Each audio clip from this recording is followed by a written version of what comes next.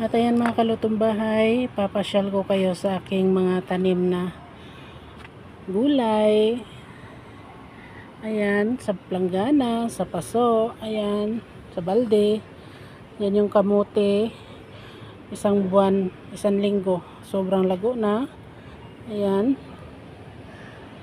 At ayan yung aking harvest ngayon. Ang ganda ng pichay.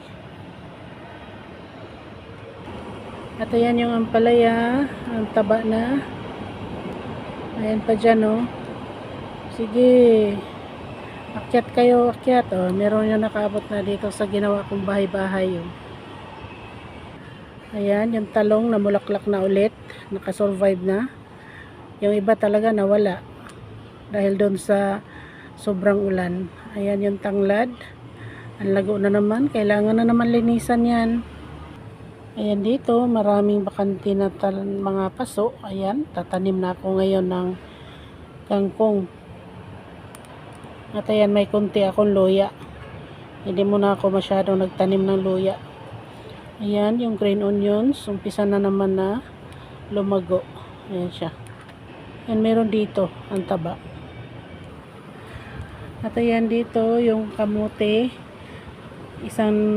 Isang linggo mahigit or magto 2 weeks yata to. Ayan, oh. Ayan. Magdalawang linggo siguro to. August 13 ko to tinanim. Ayan. Ayan siya. Ganda na. Ayan, meron na dito yung may iba pa kong similya ng cherry tomato. Marami pa. Ayan, may marami na akong naitanim dyan. Mayroon na yan. Ayan, dito yung okra. Ayan yung okra. Kukunin ko na yung bunga ngayon. Ayan siya. Ang ganda ng tanim kong okra. Ayan siya.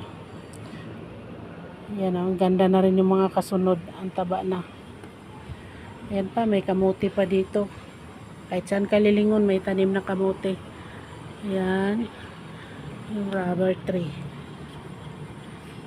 Ayan. Ayan yung aking money tree. Pinaliitan ko muna kasi sobrang dami ng dahon yan. Ay, binawasan ko. Ayan dyan. May kamote. Ayan. Kasama yung bulaklak. Ayan siya. Ayan, mayroon dito. Snake plant. Ayan pa. Ayan yung malunggay ko. Nagumpisa na naman kasi pinutulan ko to nung